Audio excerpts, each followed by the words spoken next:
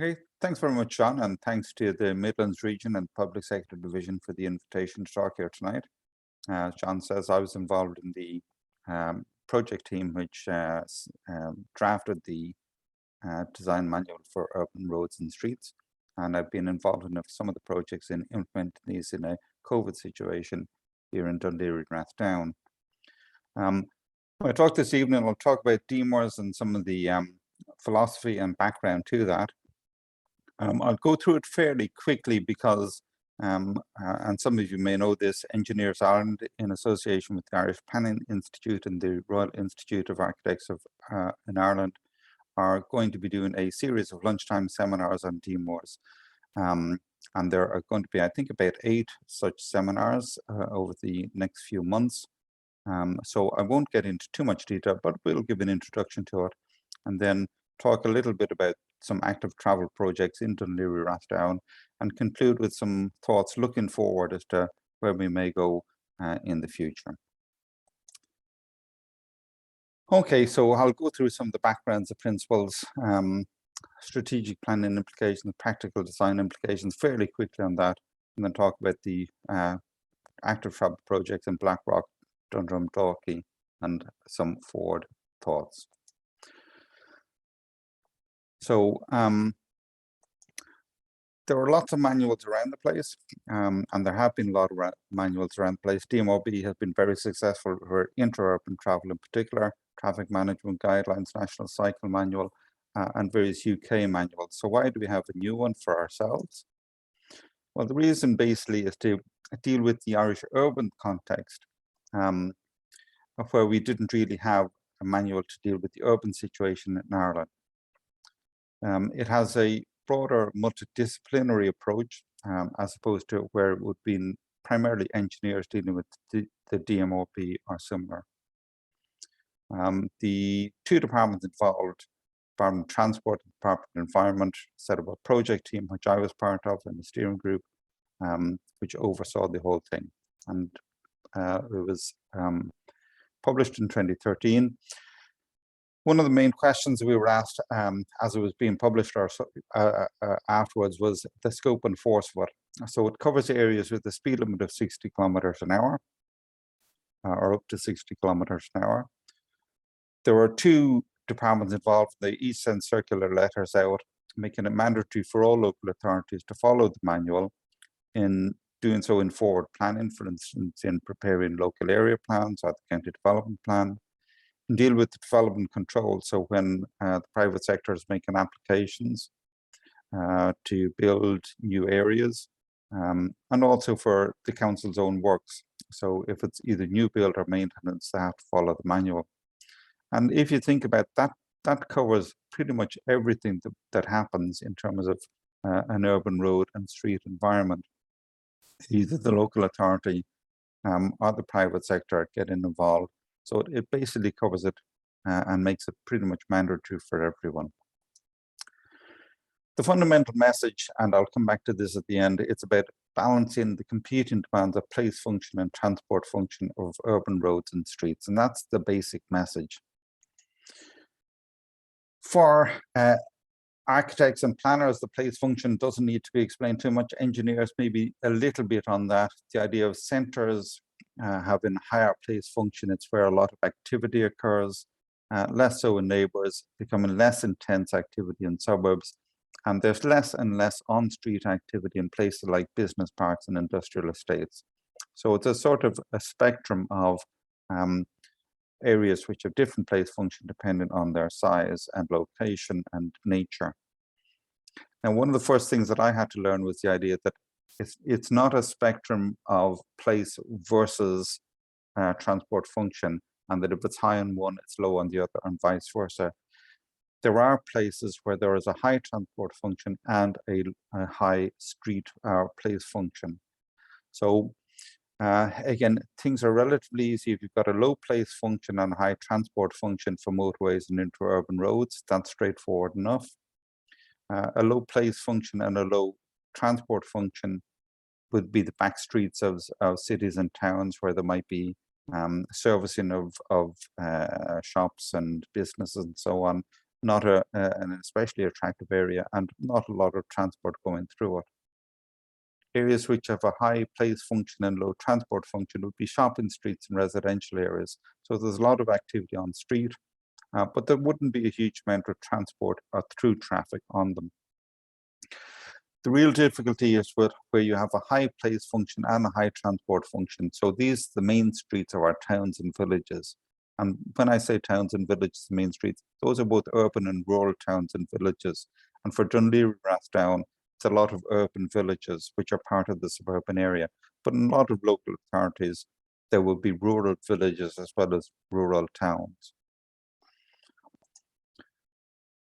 So if we reflect back on the idea of the roads-led design approach, typically with the DMURS, you'd see that it's used as a default standard and works well on the intercity network. And again, we've all been the beneficiaries of the interurban motorway network that has been built up from the Celtic Tiger days. It's focused on vehicular traffic with speed, capacity, and driver comfort being the main criteria. But it's not really suitable for the urban situation because it focuses on transport only and misses out on the idea of place function, that streets are not just for moving vehicles, they are also for people to live, work, rest, and play on. The DMURS causes community, or these sort of roads can cause community severance. The lowest design speed is 42k, and obviously in certain residential areas that wouldn't be great. And basically, it's not really sustainable in urban areas. It can lead to this sort of situation, which you've got a road which is fine from the transport point of view, but high walls and sweeping alignments mean that there's a high speed and drivers will naturally drive at a high speed on those. And there's UK research on this, and it was supported by research we created ourselves in Ireland, which shows that drivers drive according to how they feel the road should be, and having a 50k roundel there doesn't really make any difference to it. The drivers will drive according to the speed that they feel to be safe from behind the wheel of a car. And that means that the severance of a road like this is caused not just by the walls and the width of the road, but also by the speed and volume of traffic on them. And this is again an example of a high grade road from the point of view of transport, with the lane, each general traffic lane in each direction, bus lane in each direction, segregated cycle lane, and footpaths.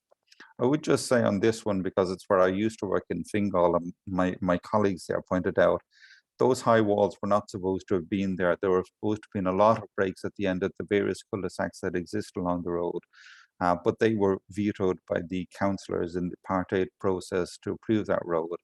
And therefore, it's not a question of blaming the engineers all the time, which sometimes do get blamed for this sort of thing. It was a political decision made by the councillors, and it leads to a level of segregation and severance between the residential areas on each side of that road, which is basically unacceptable. There's another thing about layouts, and again, this is another part of West Swords, where I used to work in Fingal, and it was the layouts of the networks. The idea was to have these sort of distributed roads that I was just showing all around the area, and shown there in purple, and that then each of these areas would be a cul-de-sac area.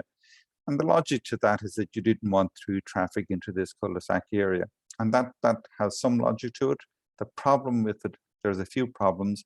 One is that, as one of my colleagues said, if you're kicking football in the back of this garden here and it goes over the wall to the back of this garden here, then your route to go around and get it is all the way around here and around that way around there. And that's not a great situation.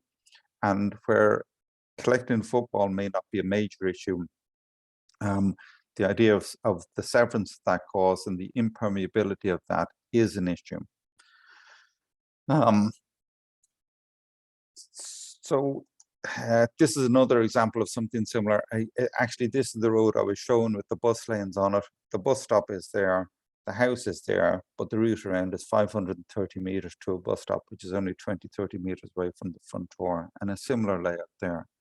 So that's why we're trying to get away from these sort of things. It leads to unattractive places and places which are difficult to negotiate and which have a real permeability problem and a real difficulty making those journeys unless you've got a car.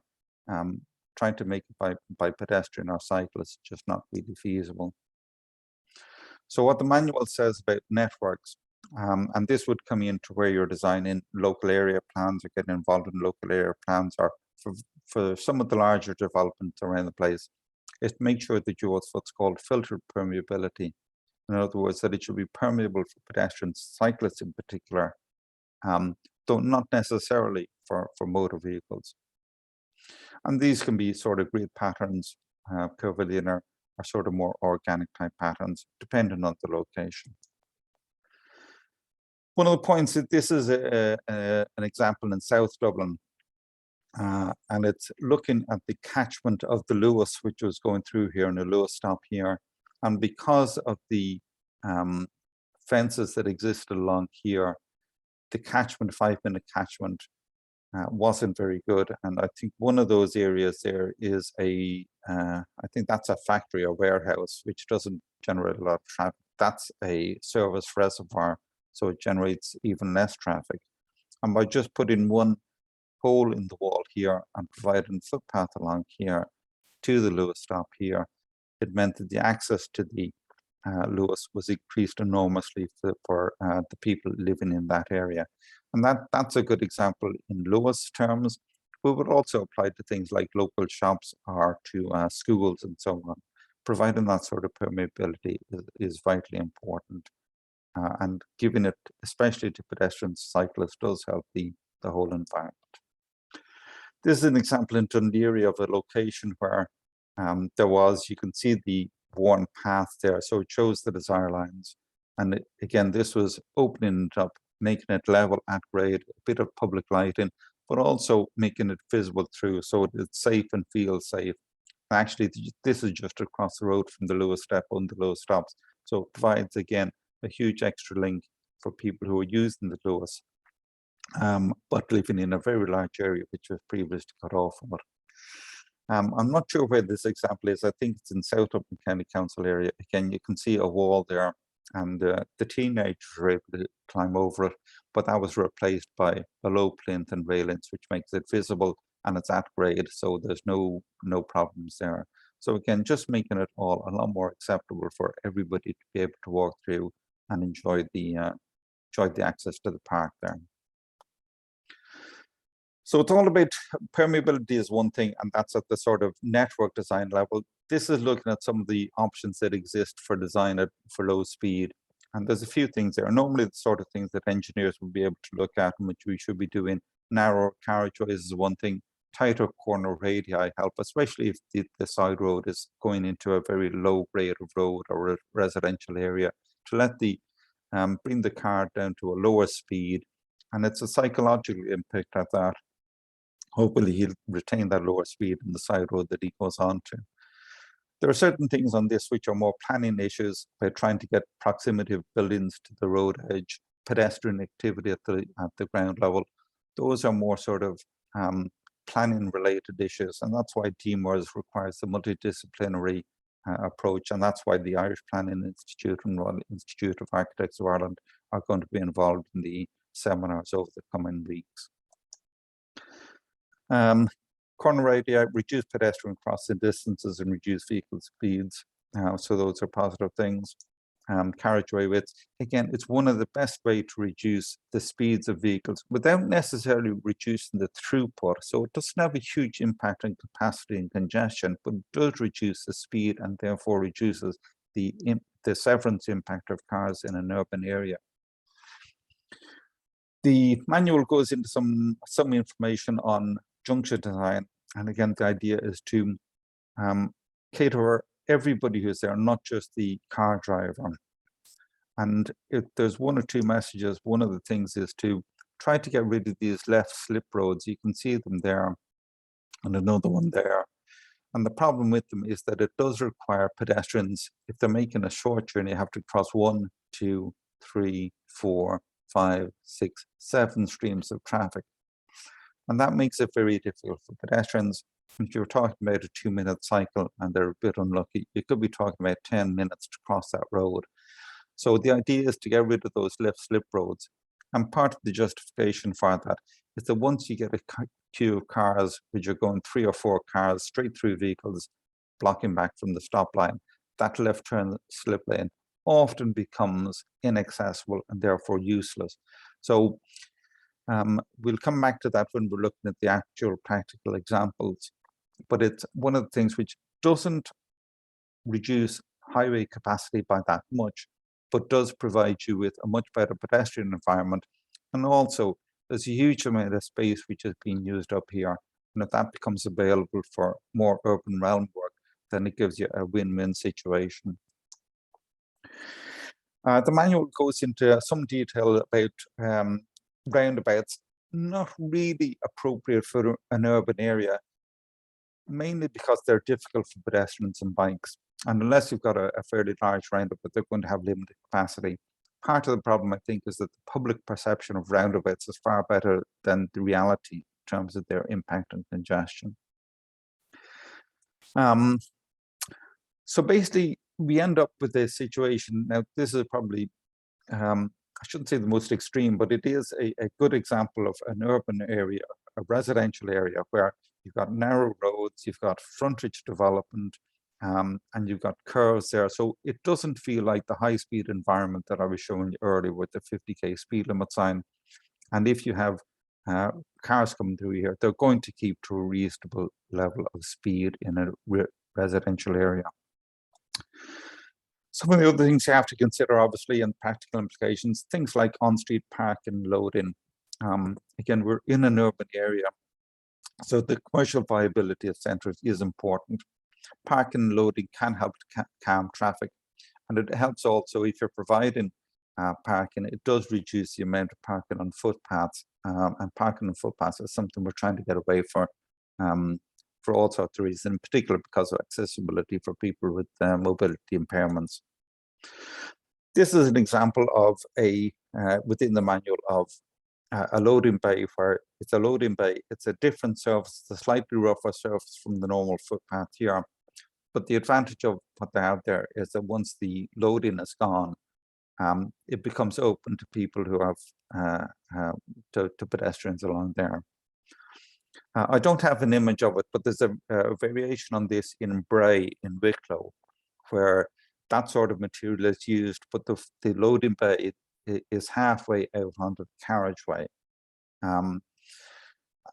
So the point I make on that is that, again, you wouldn't get that sort of detail in any manual, but one of the ideas of the manual here is to give you as designers opportunities to do things which you mightn't have been feeling free to do if you were working simply with DMURS.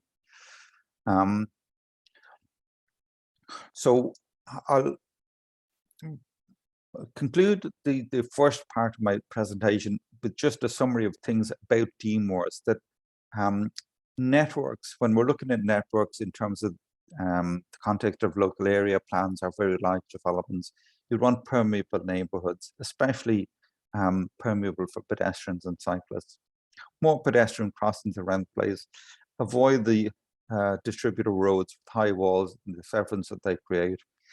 The manual goes into some information on relief roads and how to handle them, either inner relief roads or outer relief roads. And also makes the comment that some level of congestion is inevitable in the urban area, and it's pointless trying to build your way out of it, especially in the larger urban areas. So be prepared to accept some level of car congestion.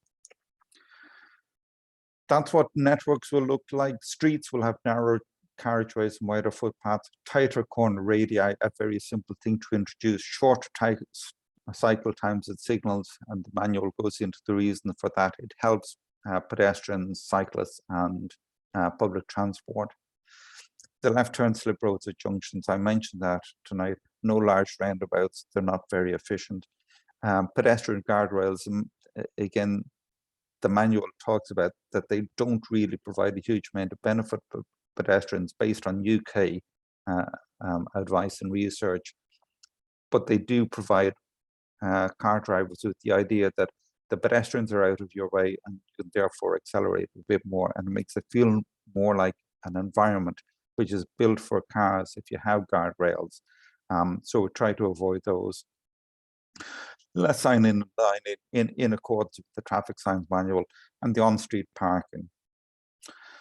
So it all summarizes as that message that I gave you at the start, balance between the place function and the transport function in the urban area for all the roads and streets. So in image fashion, what we're looking at is trying to provide something more like this, where cars know to slow down without necessarily being told it, and try to avoid these sort of situations to create severance.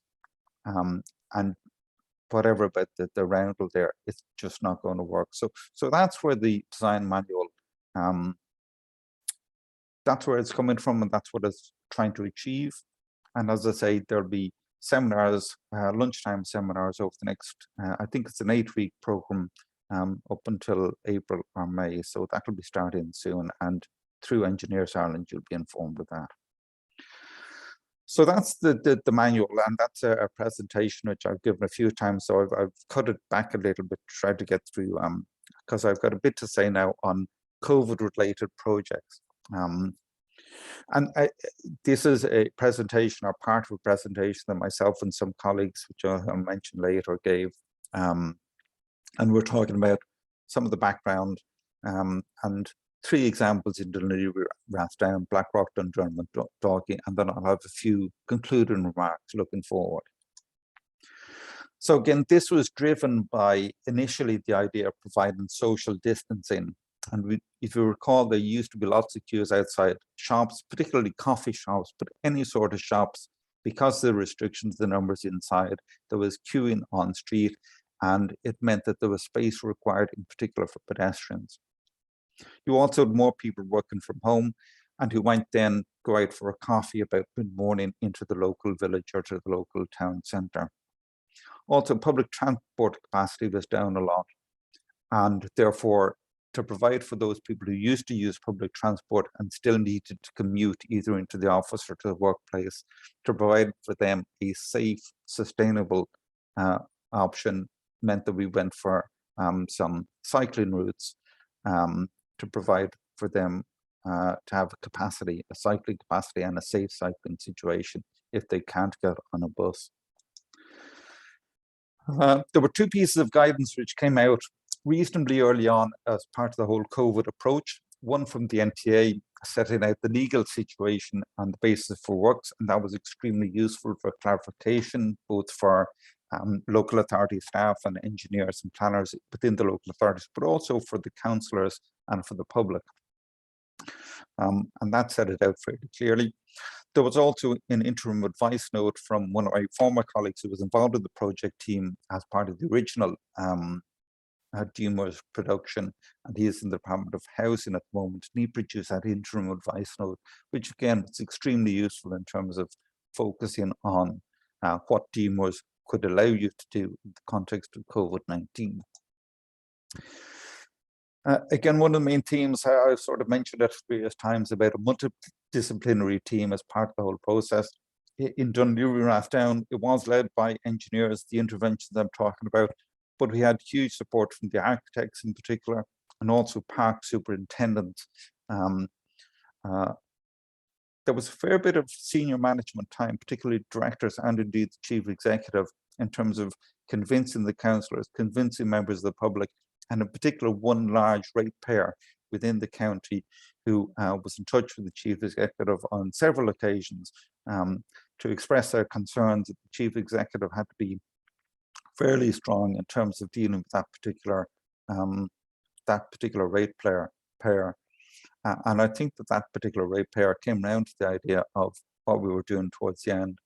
The administrator, particularly in corporate affairs, and setting up team meetings and so on with both councillors and members of the public, the communications officers getting their message out, and planners probably had less of an impact on this sort of thing, but will have going forward in terms of the local area plans and involvement in the county development plan. So they're part of the team as well. As I say, mainly engineers, architects, and I would say park superintendent were the people who were most involved in Dundrum and Rathdown. Just to talk about public consultation, it is an important part of it. We were using Section 38 of the Roads Act because it's quicker, and in emergency situations, that's what we had to do. You are presumably aware that public consultation is not mandatory, but nevertheless, we've got through custom and practice to involve public consultation even when we use in Section 38. The web portal, I'll come back to that in a second, webinars, numerous meetings with the various groups, the residents, businesses, the bus companies was one that we had to spend a bit of time with, schools and campaign groups. The councillors generally very supportive, though their patience ran a little bit thin towards the end in terms of the Section 38 and us making bigger and bigger decisions using Section 38 and not Part 8. And one of the last things that we did, basically the councillors threatened us with directing us not to do the works. So we had to relent and go through a Part 8 on that, and that Part 8 is about to commence. The main thing is to keep councillors informed in advance, so that when things are proposed by ourselves as an executive under using Section 38, and constituents find out about it, and they talk to their councillors, that the councillors are not blindsided. So keeping them well informed in advance is an important part of the whole process. The web-based questionnaires, again, you can't do public consultation face-to-face, or not as well as you could do. We did have some outdoor meetings at certain times when we were allowed under COVID regulations. But one of the best things that we had started doing, and we just started doing this before it came on board, but it was one of the things which I think was really spurred on by COVID. The web-based questionnaires supporting the web-based information. The questionnaires asked, do you support with changes or oppose the proposed development, at the proposed bus lanes, at the proposed bike lanes, at the proposed pedestrianisation, and why? And to be fair, most of the time it came out about a third. So about 2/3 of people generally support us either totally or with some changes, and only about a third opposed. And when you have that, and you're going to councillors to say that we've got 2/3 support and only 1/3 opposing, that makes things a lot easier. And to be fair, support with changes, a lot of the changes proposed were actually quite good changes. A lot of them were more general, but a lot of them were specific to the schemes. So public consultation did have a positive effect. And those web-based questionnaires then, because previously supporters would see it on the web, the information, but wouldn't respond, whereas opponents would respond and send in emails.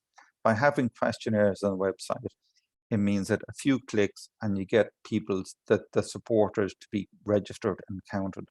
And that's a really positive thing. The next few slides are based on work presentation that I did in association with Rory Collins and Ben Erity of Barry Transportation, who are supporting us on these various schemes, in particular Blackrock and in Dundrum, but to a lesser extent in Dalkey. So these images are based on the presentation that we gave together. And after they were very supportive, and it was very helpful to get their support. So the three urban villages, so Dublin city centre, Dunleary boundary is around about here, south of the Dodder. So Dundrum, Blackrock and Dalkey. Again, all of these are old villages, but have had the urban area built up around them. So if we take a look quickly at Blackrock, what you have there in the dark grey are the footpaths as they were originally. The light grey there is the carriageway as was finished. You can just see there in a slightly darker beige colour is a contraflow cycle lane, and the yellow then is a wide footpath. So previous to COVID, this was a two-way street on a busy commercial street with a certain amount of parking and loading on either side. So what we did was we made it a one-way street and put in a contraflow bicycle lane and widened the footpaths. And I have to say, again, it's one of the conclusions I'll come to at the end, repeat at the end, is that by making a street one way as opposed to 2 by. It gives you about 3.5 meters to work with along the full length of the street. And you can allocate that road space in whatever way you deem best. But it's a really positive thing to do. Rory and Ben mentioned about collaborating with the architects, and again, part of it is the imagery that architects can produce. That helps a lot, but part of it is the design processes, the things that they will look at, and part of it is with parks as well, having their input into the type and nature of planting that goes in, and to be able to get these sort of planters around quickly. It's all part of the multidisciplinary team, and it all helps to sell the whole process and to get wider support for it. Just to say, this one is Dalkey, and I'll come back to that in a moment. You can see the benches there and the umbrella covering there too. These are the sort of images that we produced in advance. And again, it was astonishing. In one particular occasion dealing with Dundrum, we were meeting with some of the people who, there was an organization there which was really quite opposed to the whole idea, and involved a couple of traders, and there was one particular doctor who had his GP on the main street, and himself and his secretary and some of the other opponents were there at a meeting with us, how much they opposed it, saying how terrible it was. And when an image like that was tabled, you could see the secretary's face change from being totally opposed to it to thinking, that looks fantastic. And I have to say, it helped to reduce the stridency of the opposition. I'm not sure that it would have changed somebody totally over, with the exception maybe of that secretary and a few others, but the people who are totally opposed, it might not change them to being supportive, but it will reduce the stridency of their opposition. And that's an important thing in terms of trying to get it through the whole process. The design considerations across all of these, you have to consider parking. They are commercial centres, and loading is an important consideration, especially for those businesses who maybe don't have any backstreet access to loading area at the back. I mentioned the bus companies and dealing with the bus movements, both in Blackrock and Dundrum. We had to deal a lot with the buses and the bus companies because we were making changes to their routes, and that was a significant enough issue. Access for all the various groups along the way, including the mobility impaired and disabled, but any private property owner. And then we're engineers, so drainage is an issue, and it's something that, again, the public don't properly appreciate, is that dealing with drainage can actually be quite a difficult thing to do. And this was particularly an issue in Dundrum, but I know it's also been a big issue in Dublin City as well. Reversibility is one that I put in there as well. We always said that these were trials and that they could be reversed in the future if people didn't like them. That was always the part of the sales job on it. So we had to make it in such a way that it could be reversed. So I'll come back to that when we're looking at some of the details. The tools that we have, I mentioned the toolkit that exists in DMURS generally. In particular, we focused on a number of things here as part of the COVID-related work. Coloured road surfacing. Again, that was an input from the architects. We were in two minds about it, but it turned out to be one of the really positive things about the whole approach. Line marking, obviously, if you're going to change regulations and make streets one-way streets, you need line marking to help with that. Mix of defender and concrete curbs, and again, we'll see some of the defenders later on. These are rose hill defenders, so these are precast is possibly the wrong word for it, for a dense plastic material, and which can be bolted into the ground, but can be removed then later. And I'll talk about concrete curbs as well, and occasional concrete footpaths. This is an image. Unfortunately, this was a video. Unfortunately, I haven't been able to get it in video with between Zoom and my version of PowerPoint. But this basically was a bus coming out in Blackrock from quite a busy terminus down by the Rathdown station, which is down by the sea there. And these buses are coming out. And it showed the bus coming out, having to make the turn. And the cone here, you can see at the top of the cone, we were moving the cones back and forth to see where we could actually put the curb out to and still allow the bus to continue and make its journey. So the trialing of alignments was done by doing that sort of thing. And there's another example here. This is in Dalkey. and again, this is quite a complex and difficult situation because Dalkey has what's called a square about. So it's a one-way series of roads around a block of the town centre in Dalkey. This is a one corner of it, and you've got another side road coming in here. This is the circulating here, which is one way. You've got one side road coming in here, another side road coming in here. This was an area of blacktop when it was done originally, part of carriageway, and we wanted to reduce that and provide a zebra crossing across here. So the question is whether the 59 bus, which was going around there, would be able to get into its bus stop, and also vehicles coming from this side were also particular difficulty, and where they could be provided with a route to get through. But also there was a pedestrian demand across here to get to that bus stop. So an island here would have been really useful to help provide a refuge for pedestrians. So how do we set that out? Again, it's putting the cones out and seeing what ones get knocked over and get pushed over before we actually put lines in the road to put in the concrete curbs. So trialing of alignments was something that we did as opposed to trying to get an auto track done and spending a long time on design. This was a much quicker way of doing things, of just putting it out there, putting the cones out there and seeing what works. This is Blackrock.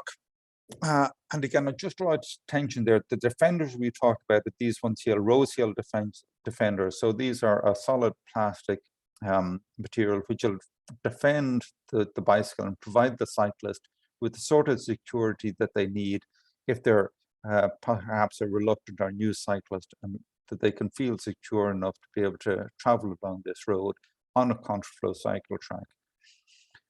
The general traffic and cyclists head this way, which is downhill, and then more of these defenders over here, and the planters to provide security for the people who are sitting out from the various eateries that exist along Blackrock Main Street.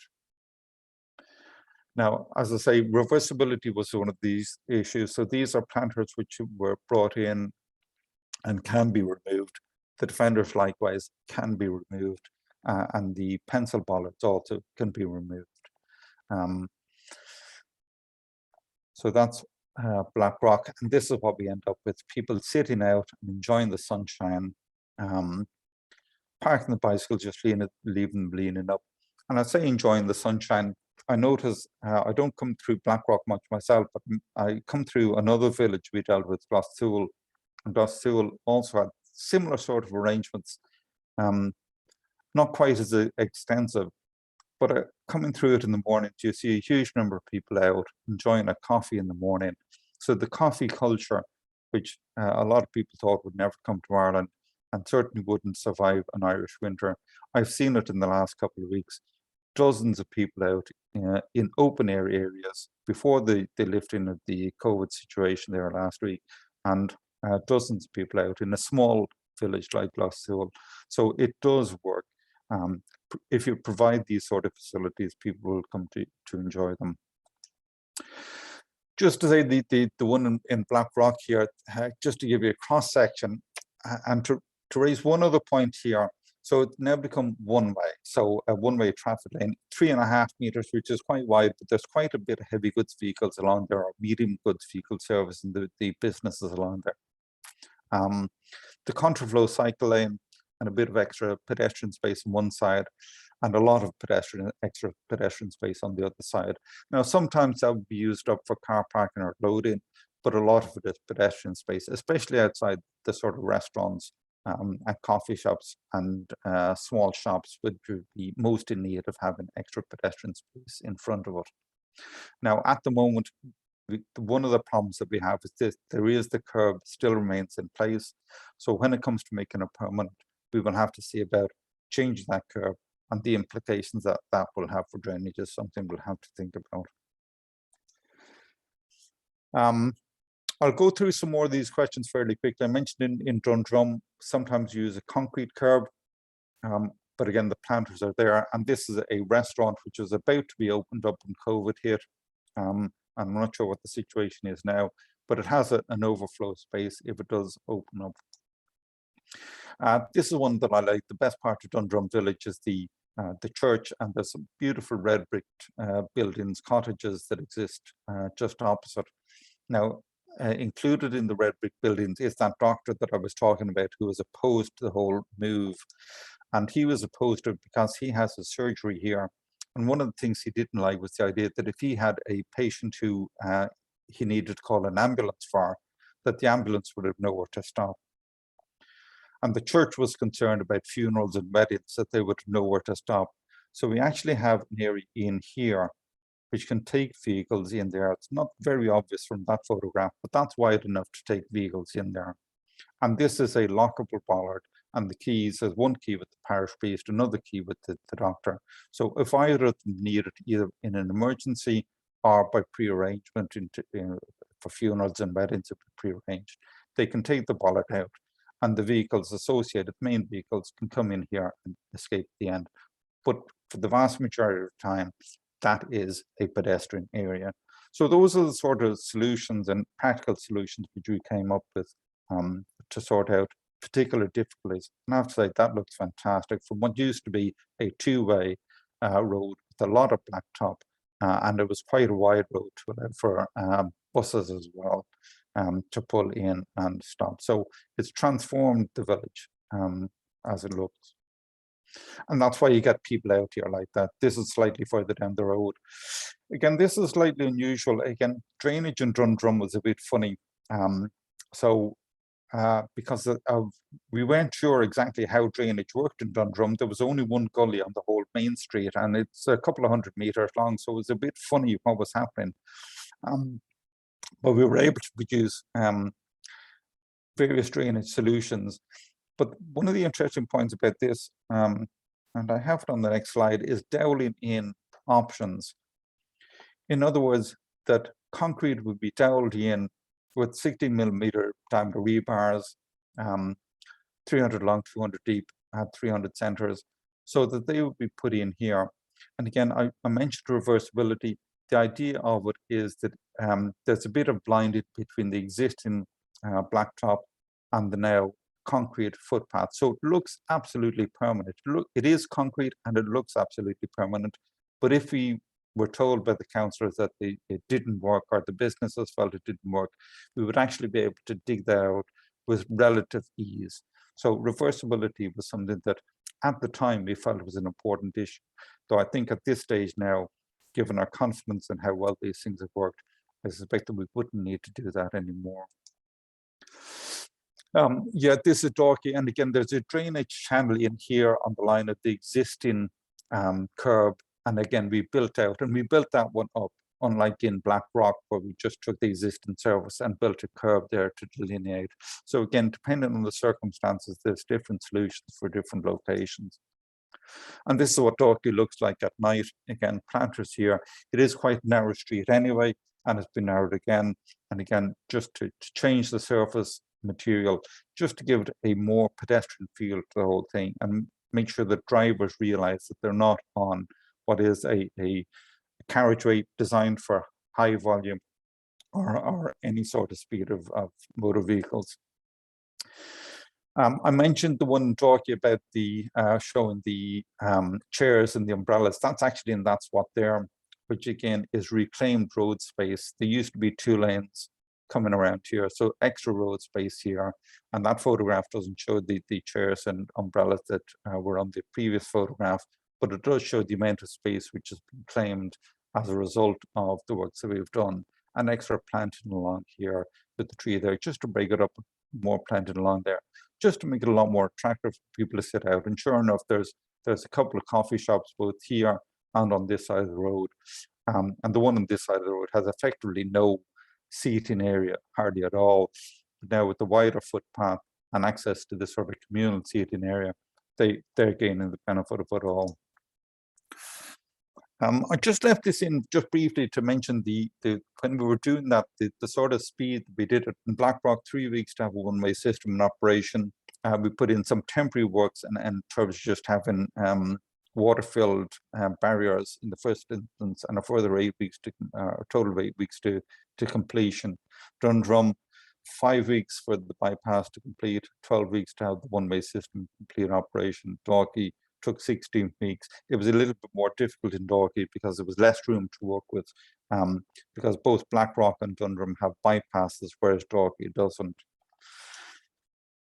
Okay, so that's the sort of stuff that we did. We did it in a bit of a rush. We were able to bypass a lot of the procurement rules, which made things a lot easier. We were able to use contractors whom we either had on site or had a good working relationship with, because it was an emergency situation. The public consultation, we use Section 38 normally, so we continue to use that, but had a different feel to the public consultation in terms of the number of meetings was far higher than we would normally have, because the solutions we were proposing were a lot more radical than we would normally have done. So we were able to do things a lot faster. Obviously now COVID is hopefully largely behind us. So we're back to the normal procurement and some sort of normal public consultation. So we won't be able to achieve those sort of timelines in the future, but I would hope that the finished product would be of similar quality. So finally, I'll just finish up here now, a little behind time, just the looking forward, a few slides on what we have to look forward to. We don't know what the impact of COVID-19 is going to be. There'll certainly be a certain amount of people working from home, a lot more than once previously. We would hope that the number of people who have started walking and cycling continue to do so, both for commuting and leisure purposes.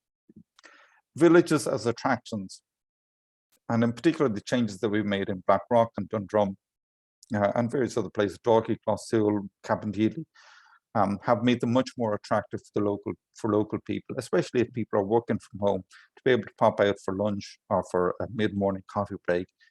Villages are now a lot more attractive. Having had such visible successes, we would hope these things become politically more acceptable.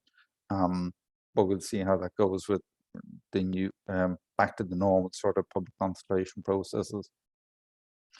So I suppose there's a few things, just if you're looking to these sort of COVID-related interventions or DMURS type interventions, fundamentally you're trying to reassign road space from cars to pedestrians and bicycles. The basic things, if you've got big junctions with big left turn slip roads, just get rid of them.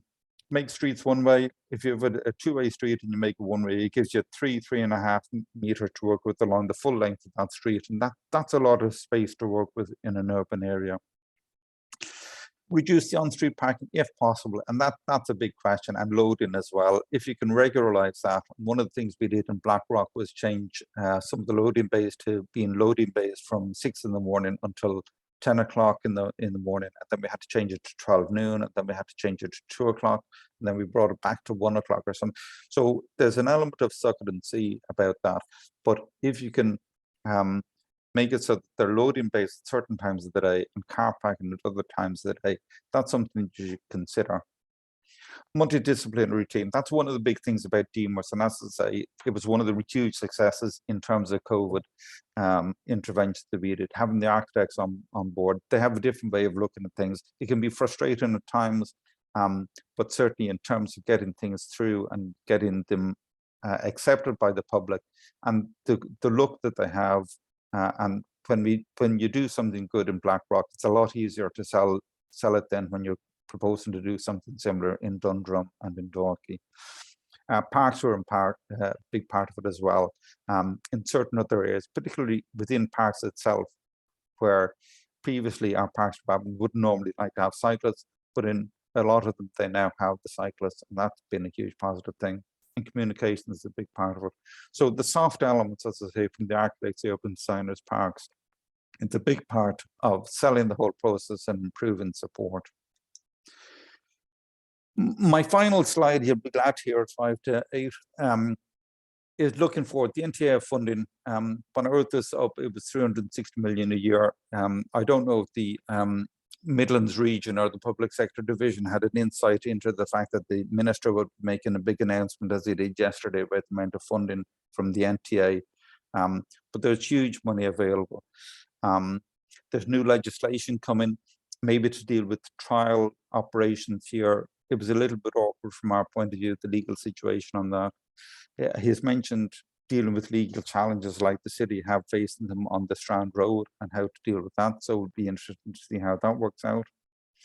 I put it in one item there on constraints or threats. And there is the major one, which I still see, which is that the staff of the local authorities and consultants, especially site supervision staff, I think that's going to be one of the major problems that we have. And getting site supervision staff in particular, but also the design staff, I think is going to be a major issue. I think there's a huge competition for the scarce resources that exist. So I think I don't want to end on a downer, so maybe I should just repeat that that's huge money. But that's my final comments on it. So at this stage now, John, I'll be open to questions. So if you want to send any my way, I'll try to do my best to answer them. And I know that if I can't answer them, that you will. Thanks very much, Seán. I don't know about that, but we'll see. Yeah, that was a very informative and enjoyable lecture, I have to say. And it kind of it struck me, you know, how much of this we can see, especially lately with a lot of the new housing estates and urban renewal projects popping up.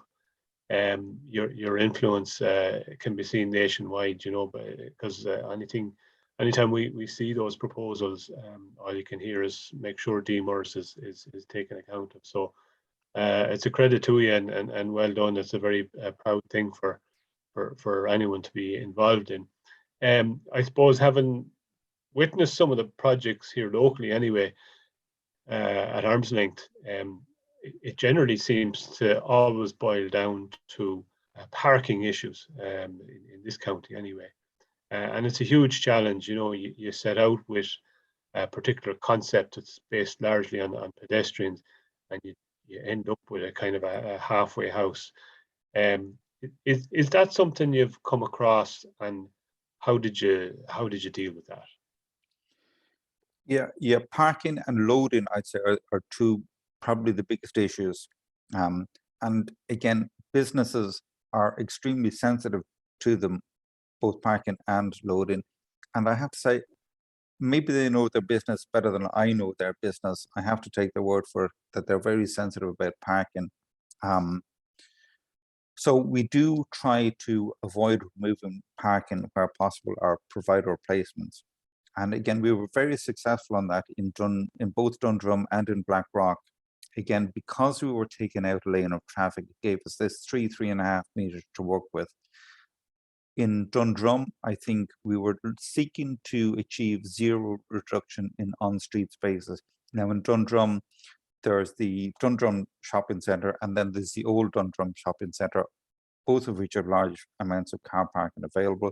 In Black, there's also the Super Gwyn or Super Value Shopping Centre, which is a large amount of car parking. There's also car parking down by the Dart Station. So there's quite a lot of car parking in the areas that we looked at. In Dalkey, there wouldn't be so much parking, but it's a much smaller area and would have much smaller number of people involved. In terms of trying to do it, I reflect on when I worked in Fingal County Council, and what we did in Skerries and various other towns was to have 2 different levels of parking charges. On the main street, it was €1 an hour for a maximum of 3 hours. Away from the main street on the Strand or distance away, there would be all-day parking, which was, I think, €2 or 3 for the whole day. So try to make sure that staff or long-term parking happens away from the commercial core, and that the parking that exists gets a turnover within the shopping area. That's important. And trying to retain as much parking, that's important. We're dealing with another local village, a very much smaller area, where we've converted, I think, 3 or 4 car parking spaces to outdoor dining. And the butcher doesn't like, the restaurateur obviously likes it. The butcher doesn't like it, because a lot of his customers would be coming parking for 5-10 minutes and moving on. And sometimes it's a question of just trying to trade off the balances and try to get a consensus. So on that one, we'll be meeting the traders over the next week to try to get a consensus or some sort of agreement. But it is a difficulty. And again, as I say, if you've got a 2-way street and you can make it 1 way, that makes things a lot easier. But sure, it's a major issue. I think I'd be giving in to the guy with the meat cleaver there, Seán. I have a few questions here in the Q&A, which I hope you don't mind if I put some of them to you. One of the first question is a specific one about Dundrum. This person is saying it can be difficult to cycle with traffic when there's heavy traffic in Dundrum, no space to proceed on the left. With hindsight, would it have been better to make the segregated cycle track a little wider, perhaps two-way? Yeah, again, it is a trade-off. Obviously, a two-way cycle track takes a lot more space, and would have taken up almost all the space that we gained from making it a one-way. And the primary and top of the hierarchy was to provide space for queuing pedestrians at the time. Again, we sort of forget a little bit now. There was a lot of queuing on street as people had to queue to get into shops, or in particular coffee shops. So the idea was the balance we landed on was to provide the contraflow cycle lane, and that was in the uphill direction, and the cyclists would travel with traffic in the northbound direction. And it's sufficiently narrow, the lane that we have left, that it makes it extremely difficult for cars to overtake bicycles. And we've used the logos as per the traffic signs manual, with the logos showing the cyclist in the middle of the lane.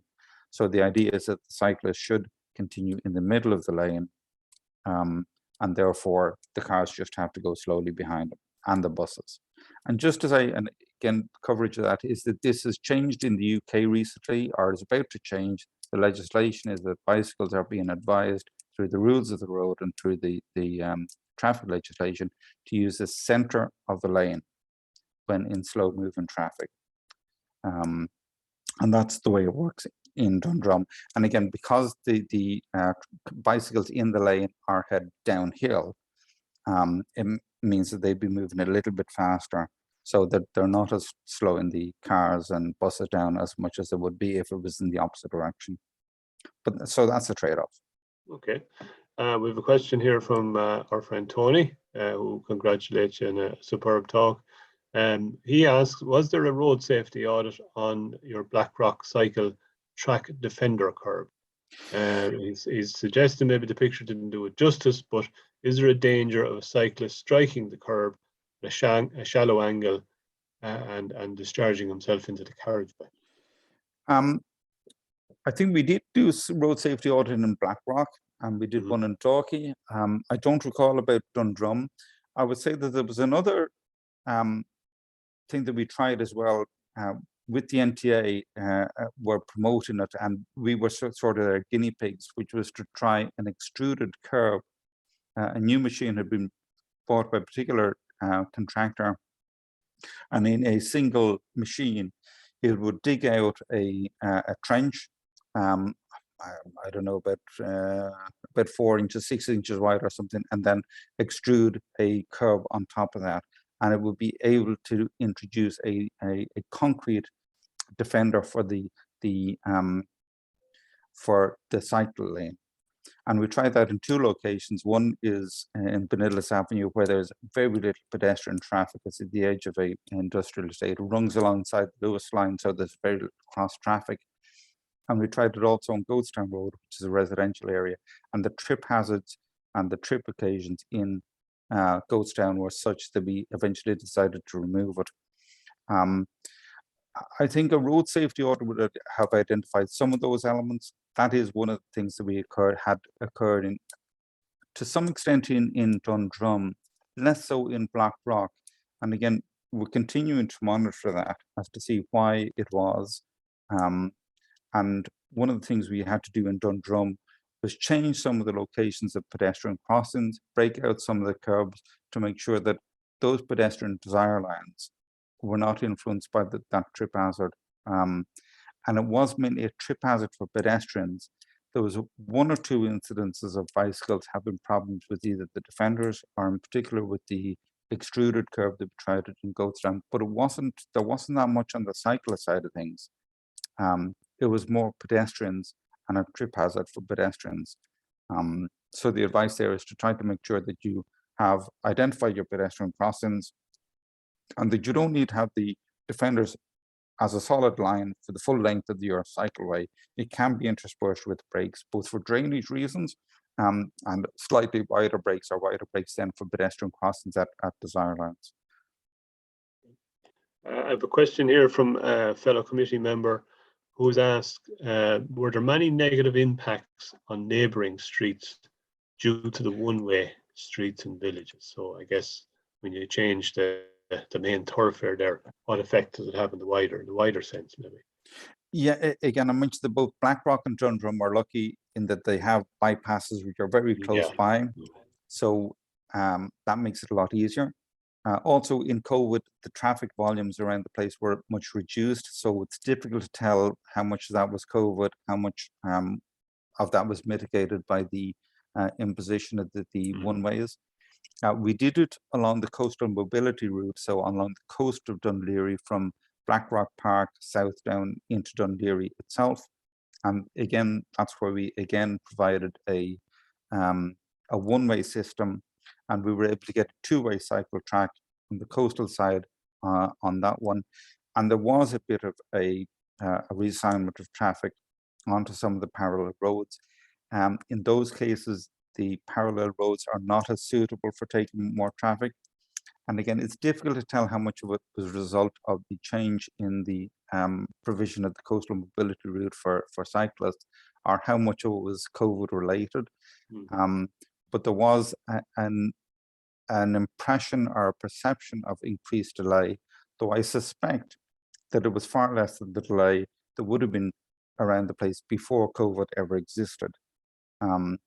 So we do have the Technical University of Dublin doing a post construction evaluation from traffic point of view as part of it, but socioeconomic point of view as well. And they have an interim report on Blackrock, but they're also going to be looking at the coastal mobility route and on Dundrum, and that will be published when things have settled down. It was going to be published last year when we thought we were on the way out of COVID, and then we had Omicron. So I reckon it'll be published in the first half of this year. Okay. And finally, I think there's just one more question. Person who's saying, excellent presentation. For the example that you used, which stakeholders were opposed to the proposal, how did you get their buy-in? You mentioned reversibility. Was this a selling point, or was it good engagement and cooperation to facilitate their concerns with temporary vehicle traffic lanes? So I guess a general question on the consultation side of things there, Seán. Yeah, just on the last bit first, the reversibility, again, that was one of the things we said. People were very skeptical about the scale of intervention that we were doing. So we always said it was reversible. And I don't think, with the exception of the trial that we did on the extruded curb in Goatstown, I don't think we have reversed anything. We've made a lot of changes in response to the various people who are opposing or who wanted to have tweaks or small changes made. So we've done a lot of that, as happens in any sort of design of these sort of things in an open area. In terms of the people who are opposing and how do we get them on board, well, I have to say, I mentioned senior management as part of the process. We have a very large ratepayer in the Dundrum area, a retailer, I won't say who, but they also own land on what was the old shopping centre site, and they are proposing to develop that as 900 or so apartment housing units. So they have a huge investment in that particular area. They were in touch with our chief executive, and our chief executive, to be fair to her, was very supportive of us as an executive and was prepared to stand up to the pressure coming from the largest ratepayer in the county.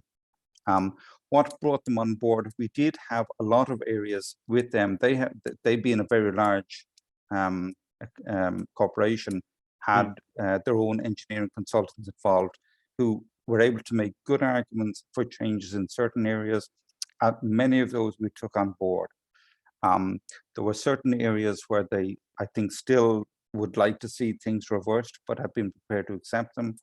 Again, keep in mind that they would have had other things on their plate when they were in the middle of COVID and retail was being closed down.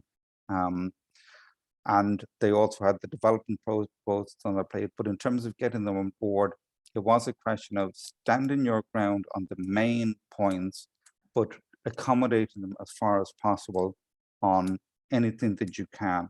And to be fair, they came up with some good ideas of where we could improve the situation, and which was a win-win situation, as well as ourselves tweaking things to their benefit. In terms of things like the loading bays and parking areas, removing a very large and very ugly variable message sign that they had been required to put in about parking locations. So it was a cooperative thing. And I also mentioned the doctor.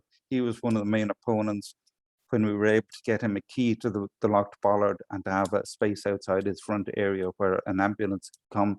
That resolved one of his main issues. And I think once he saw the quality of the finish and the quality of the work done and the greenery of it and the impact it had on the village, that was a big help. And it makes then, when we went to the other places like the Cabinteely village, we did a much smaller scale thing afterwards. It made selling that a lot easier. So it becomes a lot easier when you have successes for people to point out. Thanks very much, Seán. I think, you know, the success of each subsequent scheme kind of sells itself, doesn't it? And exactly, yeah.